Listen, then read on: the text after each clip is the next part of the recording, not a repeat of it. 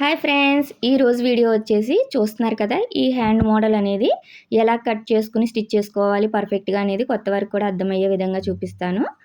అయితే ఫస్ట్ మనం లైనింగ్ని మెయిన్ క్లాత్ని ఇలా హ్యాండ్ అనేది నార్మల్ హ్యాండ్ ఎలా కట్ చేసుకుంటామో అలా కట్ చేసేసుకోవడమే. అయితే దీని పొడవు చూసారు కదా, 10 ఇంచులు ఉంది ఖర్చుతో కలిపి. ఈ మోడల్ కోసం అయితే నేను హైట్ వచ్చి 5 ఇంచెస్ తీసుకున్నాను. అలానే 1.5 వెడల్పు తీసుకున్నానండి. ఈ 2 లైన్లు ఇలా డ్రా చేసుకొని ఈ పీస్ అనేది కట్ చేసుకోవాలి. ఈ పీస్ అనేది మళ్ళీ మనకి యూజ్ అవుతుంది, ఉంచుకోవాలి. అలానే ఇప్పుడు కట్ చేసిన ఈ హ్యాండ్ పీస్లు అనేది మెయిన్ క్లాత్ పైన ఇలా పెట్టేసుకోండి. మెయిన్ క్లాత్ అనేది పై వైపుకు ఉంది కదా, దానిపైన లైనింగ్ పెట్టుకోవాలి. అలానే లోతీస్ని 2 కూడా ఇలాగ ఒక సైడ్కి ఉన్నాయా లేదా అనేది 1కి 2 సార్లు చెక్ చేసుకోండి. అప్పుడే మనకి కరెక్ట్గా 2 కూడా ఫ్రంట్ వైపుకి వస్తాయి. ఇలా ఒక పీస్ అనేది పక్కకు పెట్టుకొని ఇప్పుడు దీనికి పిన్స్ అనేది కదలకుండా బార్డర్ అనేది కరెక్ట్గా ఉందా లేదా మిడిల్కి అంతా కూడా చెక్ చేసుకోండి. చుట్టూ కూడా క్లాత్ కరెక్ట్గా ఉందా లేదా చూసుకొని కదలకుండా పిన్స్ అనేది పెట్టుకున్నాం కదా.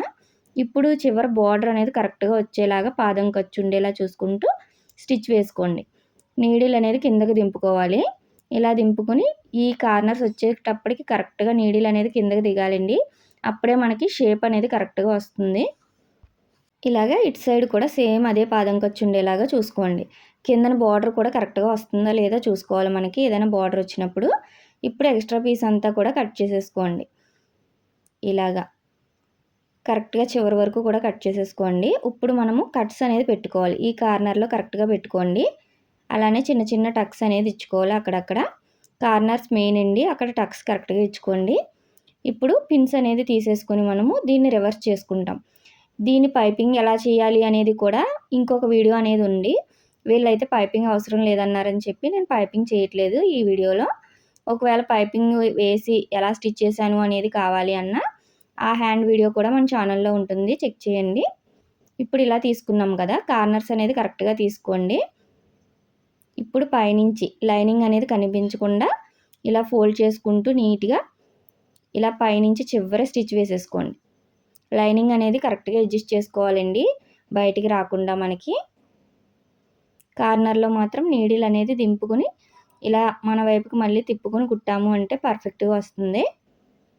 చూస్తున్నారు కదా, చివరినే కుట్టుపడాలి, అప్పుడే ఫినిషింగ్ అనేది నీట్గా కనిపిస్తుంది మనకి.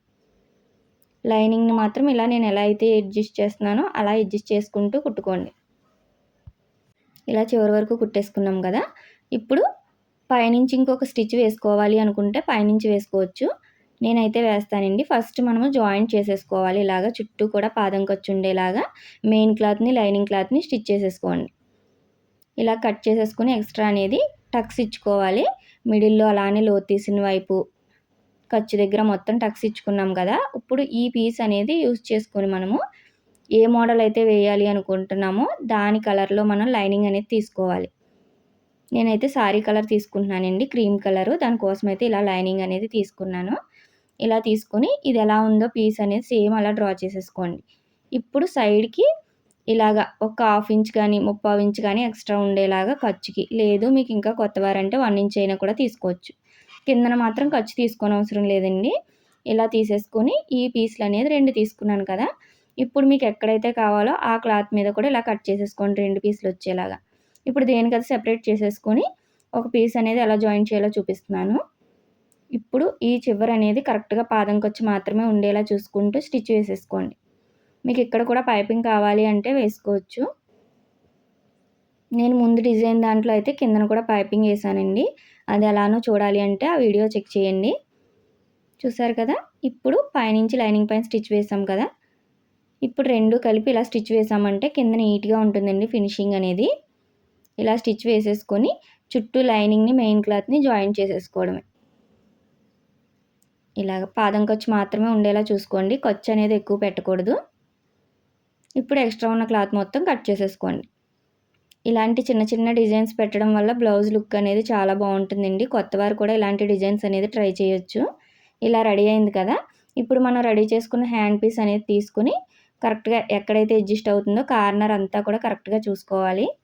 కింద కూడా ఎక్కువ తక్కువ అవ్వకుండా చూసుకుని ఇలా పిన్స్ అనేది పెట్టేసుకోండి కదలకుండా. ఇప్పుడు ఈ చివర రఫ్ అనేది ఇచ్చుకోవాలి. ఇలా ఒకసారి రఫ్ ఇచ్చుకొని ఆ తర్వాత చివరినే కుట్టు పడేలాగా చూసుకోండి.